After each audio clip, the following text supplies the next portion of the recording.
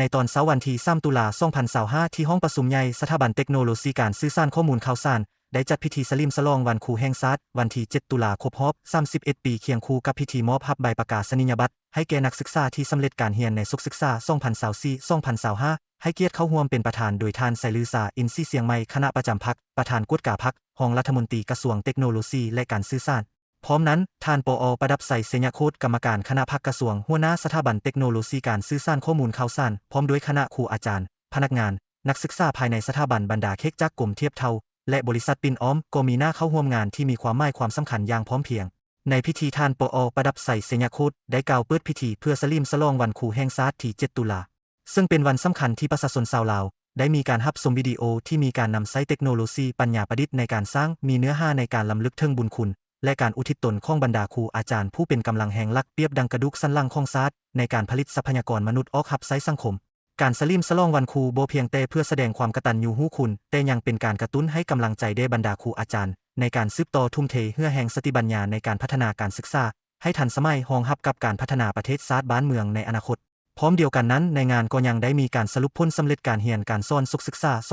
2024-2025 และแผนการจัดตั้งปฏิบัติในศุกศึกษา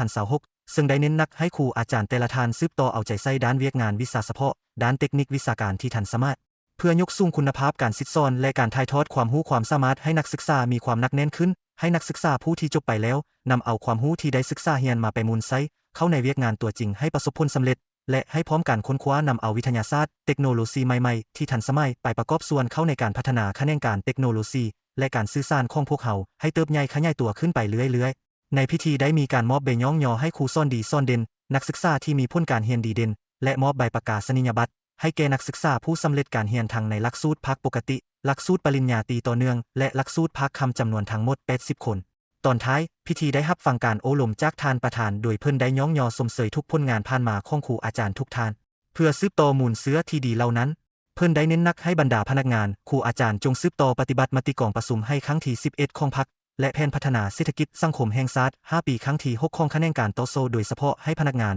ครูอาจารย์เป็นแบบอย่างที่ดีเอาใจใส่ในการยกระดับความรู้ความสามารถมีจรรยาบรรณต่ออาชีพครูมีความฮักในอาชีพครูและสืบต่อค้นคว้าบทเรียนที่ทันสมัยเพื่อถ่ายทอดให้แก่นักเรียนต่อกับบัณฑิตจบใหม่ท่านประธานได้เรียกร้องให้ทุกคนสืบต่อค้นคว้าหำเรียนให้ทันกับสภาพการเปลี่ยนแปลงใหม่ในแต่ละระยะเทศเหมาะกับความเรียกร้องต้องการตัวจริงสามารถประกอบส่วนเป็นเวียกงานสร้างสาพัฒนาประเทศชาติให้เทียบเท่ากับภาคพื้นและสากล